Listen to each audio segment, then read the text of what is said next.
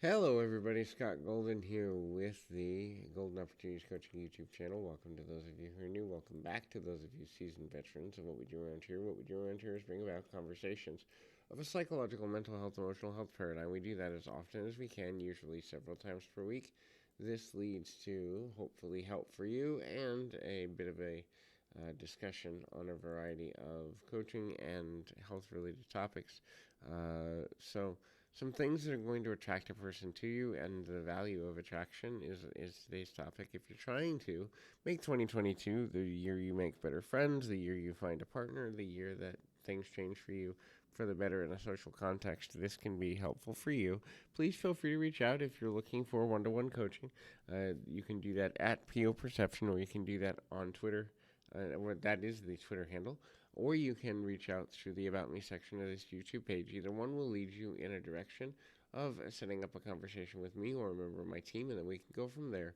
So the next thing is touch is super important. So obviously we're not talking about just physical touch or touches of chemistry, but just the idea that you want to be in physical close proximity to a person. People are craving interaction. People are craving touch. People crave to feel valuable to another person. They crave to be at a place where they've added value, or at a place where that value exists. And so touch can bring about those emotions, can bring about those opportunities, can bring about those feelings, and ultimately can be super valuable, even if it's just something light or something for a couple of seconds, especially now in a very technology centered and centric society.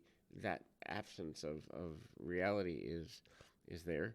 The next is availability to spend time, availability to converse, availability to help someone work through challenges and problems, availability to connect on a deeper level. It can be super valuable, and ultimately, when you make yourself available, you're making a person a priority. Being a priority is something that virtually almost any person in relationship would want or may even need. And so when we make a person a priority, we're showing a level of interest that's higher than just a platonic situation.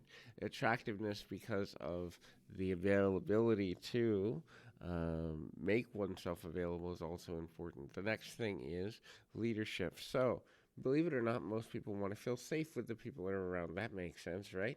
In other words, the more safety and security a person provides, the more attractive they become, because the idea that we can be vulnerable to another person ultimately makes us feel closer to them. So, if you have the ability to lead, or if someone that you're interested in has an ability to lead, the chances are you're going to feel more comfortable around them, simply because at the end of the day, if you ever need them to take over, protect you, or show you something, teach you something, there's value in that. The next thing is, uh, you know, using humor. Humor is a great build.